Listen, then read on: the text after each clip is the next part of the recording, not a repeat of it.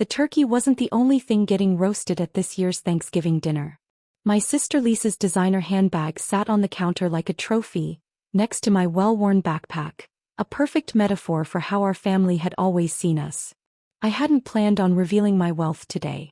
7 years of careful investments, 3 successful tech startups sold at their peak, and a cryptocurrency portfolio that had exploded, all while maintaining the appearance of a modest software developer. But Lisa had always had a talent for uncovering things that weren't her business. "Oh my God," she shrieked, staring at her phone. "Michael, why is your name on the Forbes 30 under 30-foot list?" The dining room fell silent. Mother's precious crystal glass paused halfway to her lips. Dad's fork clattered against his plate. Aunt Sarah, who'd been bragging about Lisa's new position as a junior partner at her law firm, stopped mid-sentence. "What?" I kept my voice casual, but inside I was cursing myself for not declining that Forbes interview. Lisa shoved her phone across the table. There it was, Michael Chin, 29, net worth, $12 million. Serial entrepreneur and early cryptocurrency investor. "This must be a mistake," Mom said quickly. "Our Michael?" No. Lisa's the successful one." "Yes, Lisa. Harvard Law. Junior partner at 32. The golden child who could do no wrong, while I was the disappointment who played with computers instead of pursuing a real career." "It's not a mistake," I said quietly, taking a bite of turkey. "Though the number's a bit outdated." "Outdated?" Dad's voice cracked. "What does that mean?" "It's closer to 15 million now. Bitcoin had a good month." Lisa's perfectly manicured nails gripped her phone so hard I thought the screen might crack. 15 million? Give or take. I reached for the cranberry sauce. "Could you pass the gravy?" But how?" Mom sputtered. "You live in that tiny apartment. You drive a Honda. Good investments. Smart living. Unlike some people," I glanced at Lisa's Gucci bag, "I don't feel the need to broadcast my wealth." "This is ridiculous." Lisa stood up, her chair scraping against Mom's precious hardwood floors. "I went to Harvard. I worked my ass off. I'm the one who deserves dash." "Deserves what?" I interrupted. "Money you didn't earn?" "Now, Michael," Dad used his reasonable voice, the one that usually preceded telling me how I was disappointing the family. "Your sister has worked very hard. She has a prestigious position, appearances to maintain. And debts to pay," I finished for him. "Those designer clothes and luxury car payments must be quite a burden on a junior partner's salary." Lisa's face flushed. "That's none of your business." "Exactly." I smiled. "Just like my money is none of yours." Aunt Sarah cleared her throat. "But family helps family. And Lisa needs to maintain a certain image for her career." "Interesting." I pulled out my phone. "Let's talk about image. Let's talk about the email Lisa sent to my first investor 5 years ago, warning them that I was unreliable and lacking business acumen." The color drained from Lisa's face. "How did you dash? Or the time you told Mom and Dad not to loan me startup money because he'll just waste it on his computer games. Remember that, Lisa? When I was building my first company's prototype." Mom intervened, always ready to defend her daughter. "Lisa was just looking out for our investments. And look at her now, junior partner, respected in her field. And drowning in debt," I added. "Those Louboutins must cost a fortune. Not to mention the country club membership, the luxury condo. How much are you leveraged, Lisa?" 2 million. 3. The silence confirmed my guess. Lisa had always lived beyond her means, counting on her prestigious career to eventually catch up to her spending. "Michael," Dad tried again, "surely you can spare some money to help your sister maintain her position in society. After all, she's the face of our family." I leaned back, studying the people who had dismissed my dreams for years. The face of our family? Let me tell you a story about family. 7 years ago, I continued, setting down my fork, when I was living in that studio apartment you all mocked, eating ramen noodles and coding 18 hours a day, I reached out to family. Remember that, Lisa? I asked to borrow $5,000 for server costs. Lisa shifted uncomfortably in her designer outfit. Mom suddenly became very interested in her cranberry sauce. "You didn't just say no," I went on. "You made sure to tell every relative, every family friend, Not to invest in my childish computer games. You told them I was irresponsible, that I was wasting my education. I was protecting them. Lisa protested. It seemed risky. Risky. I pulled out my tablet, bringing up some old emails. Let's see what you actually said. Here's an email to Uncle James. Michael's playing entrepreneur while the rest of us actually work for a living. Don't encourage his delusions. Dad tried to intervene. Now, son, that was years ago. 2 months ago, I cut him off. Lisa called my biggest client. Tried to convince them to hire her law firm instead of my technology.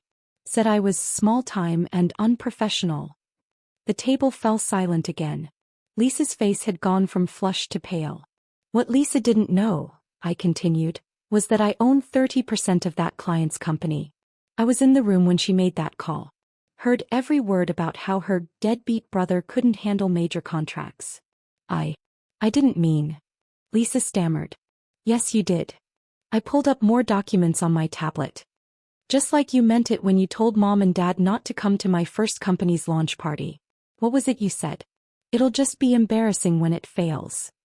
Aunt Sarah, ever the peacemaker, tried to smooth things over. But Michael, that's all in the past. Family should forgive. Forgive. I laughed. Like Lisa forgave my success? Let me show you something interesting. I projected my screen onto the dining room wall, a feature I'd quietly installed last Christmas. These are Lisa's social media posts from the past year. Notice anything? The wall filled with Lisa's carefully curated Instagram life, designer clothes, luxury vacations, expensive restaurants. But more tellingly, every post about family success mentioned only her own achievements. Not one mention of her brother's companies. Not one word about my success. Instead, I swiped to her private messages. She's been telling her law firm colleagues that I'm struggling and living off family charity. Those are private. Lisa lunged for my tablet. Private like the letters you sent to my investors? Private like the calls you made to my clients? I kept scrolling. Private like the loan applications you've been filling out using Dad's name as a guarantor? Dad's head snapped up. What loans? Oh, didn't you know? I smiled grimly. Lisa's been using your social security number to apply for business loans. $3 million worth so far. Good thing I flagged those applications before they went through. Mom's crystal glass finally slipped from her fingers, shattering on the hardwood. No one moved to clean it up. But you have money now. Lisa's voice had taken on a desperate edge. You can help me. I'm your sister. Sister. I stood up slowly. Let's talk about being siblings. When I was building my first company, sleeping on a floor mattress and skipping meals to pay for coding tools, where were you?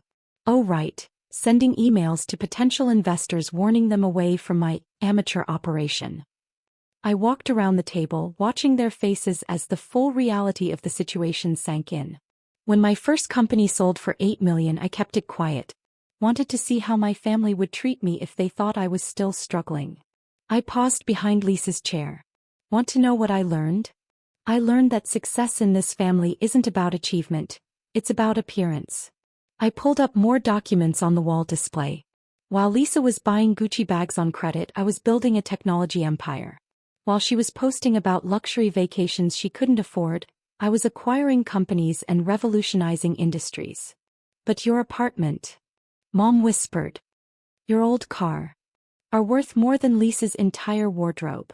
I smiled. That modest apartment is the penthouse. I own the building. The old Honda, custom built, worth more than Lisa's leased BMW. I just don't feel the need to show off wealth I actually earned. Lisa stood up abruptly, her designer heels wobbling. This isn't fair. I did everything right. I went to Harvard, I got the prestigious job You lived beyond your means, I finished for her. You spent more time maintaining appearances than building something real. And now you're drowning in debt, desperate for a bailout from the brother you've spent years undermining. Dad cleared his throat. Michael, be reasonable. Your sister needs help maintaining her position in society. What will people say if she has to downgrade her lifestyle? What people? I projected more images on the wall. The country club friends who mock her behind her back for living on credit? The law firm partners who know she's leveraged to the hilt? Or maybe the family members she's been lying to about her success? Aunt Sarah tried again. But surely you can spare something. After all, blood is thicker than water. Interesting phrase. I pulled up one final email. Here's what Lisa said about blood ties last month. An email to her law firm partner. Don't worry about my brother's company competing for the contract. I'll make sure he knows his place. Family obligations only go one way in our house. The silence that followed was deafening. Lisa's carefully constructed facade was crumbling, revealing the desperation beneath. You've been spying on me, she managed finally. No, Lisa. I've been protecting myself. Every email you sent trying to sabotage me, every call you made undermining my business, every attempt to use family connections against me, I documented it all. Call it a lesson learned from watching you operate all these years. Mom was crying now, but not her usual performative tears. These were real, perhaps the first genuine emotion I'd seen from her in years. What do you want? Lisa whispered. Money? Power? Revenge? Want? I laughed. I have everything I need. What I want is for you all to understand something fundamental about success and family. I walked back to my seat, sat down, and calmly took another bite of turkey. Real success isn't about designer labels or country club memberships. It's not about prestigious titles or social appearances. It's about building something meaningful, something that lasts. But my debts. Lisa's voice cracked. Are your problem, I finished. Just like my success was my problem when you were warning everyone not to help me. Funny how karma works, isn't it? The room fell into a heavy silence, broken only by the gentle hum of my wall display, still showing the evidence of years of familial sabotage. However, I continued, reaching for my briefcase, since it's Thanksgiving and since I believe in being better than those who tried to hold me back, I do have something for each of you. I pulled out 5 envelopes, each sealed with my company's logo. Consider these lessons in humility. More money than you deserve. I handed the first envelope to Aunt Sarah. A paid-off mortgage for the house you almost lost trying to fund Lisa's law school emergency expenses. She opened it with trembling hands, tears forming as she read the document. Dad, I slid the second envelope across the table. Cancellation of all the loan applications Lisa submitted in your name, plus a letter from my legal team protecting you from any future fraud attempts. His face reddened as he realized just how close he'd come to financial ruin at his golden child's hands. Mom, the third envelope was thicker. Proof that your beloved country club has been laughing at our family for years, thanks to Lisa's attempts to maintain appearances she couldn't afford. Plus a membership to a more exclusive club, one that actually respects genuine success. She didn't open it immediately, perhaps afraid of what other illusions might shatter. And Lisa, I held up 2 final envelopes. You have a choice. My sister straightened in her chair, hope flickering across her face. Envelope 1 contains a job offer. Entry-level position at one of my companies. No preferential treatment, no fancy title. Just a chance to earn something honestly for the first time in your life. Starting salary is $45,000. Entry level, she sputtered. But I'm a lawyer. I have experience dash. Experience in what? I countered. Running up debt.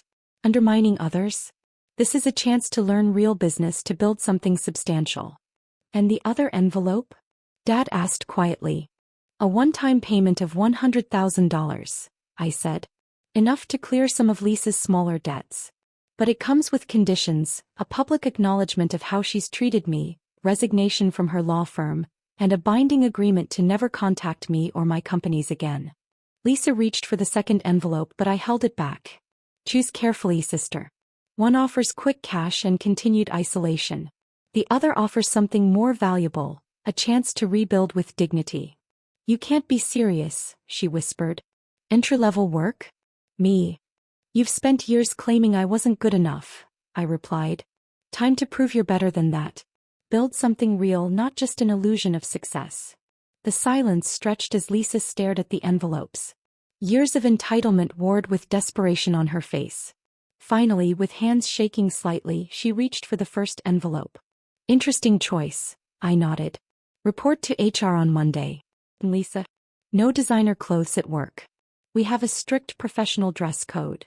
But what will people think? Mom interjected. They'll think she's finally earning her way. I stood up. Now, I believe there's pumpkin pie for dessert? The rest of Thanksgiving dinner passed in a daze of quiet realizations and shifted perspectives. Mom's perfect table setting seemed less impressive now. Dad's boasts about Lisa's career rang hollow, and Aunt Sarah kept looking at me like she was seeing me for the first time. As I prepared to leave, Lisa caught my arm. Why give me a chance at all? After everything? Because success without integrity is just expensive failure, I replied. Monday morning, 8 a.m. sharp. Don't be late. The following months transformed our family dynamics. Lisa, stripped of her designer armor, discovered what it meant to earn respect rather than buy it. Mom's social media became surprisingly quiet, focused more on genuine achievements than appearances. Dad stopped comparing his children and started learning about what I actually did for a living. My companies continued to grow, built on innovation and merit rather than family connections. Lisa's entry-level position taught her more about business in 6 months than her law degree had in 3 years. She started small, learned deeply, and slowly began to understand the difference between appearing successful and being successful. The family's reaction to my wealth evolved too. The initial shock and resentment gave way to a gradual appreciation for how I'd built my empire, quietly, competently, without flashy displays or borrowed prestige. 1 year later, we gathered for another Thanksgiving. Lisa arrived in a sensible car, wearing clothes that suited her new salary. She'd earned her first promotion through actual achievement, not family connections. You know, she said as we sat down to dinner, I always thought success was about showing off what you had. I never understood it's about showing up and building what matters. I smiled, passing her the turkey. Better late than never, sis. Better late than never. The lesson wasn't just about money or success.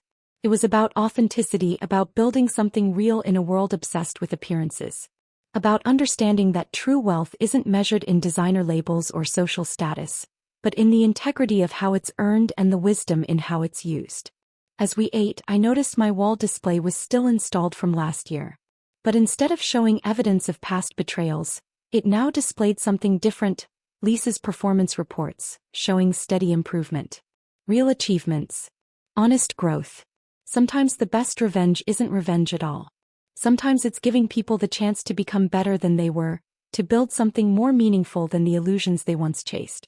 And sometimes, just sometimes, family can surprise you not with the facades they present to the world, but with their capacity to learn, grow, and finally understand what truly matters.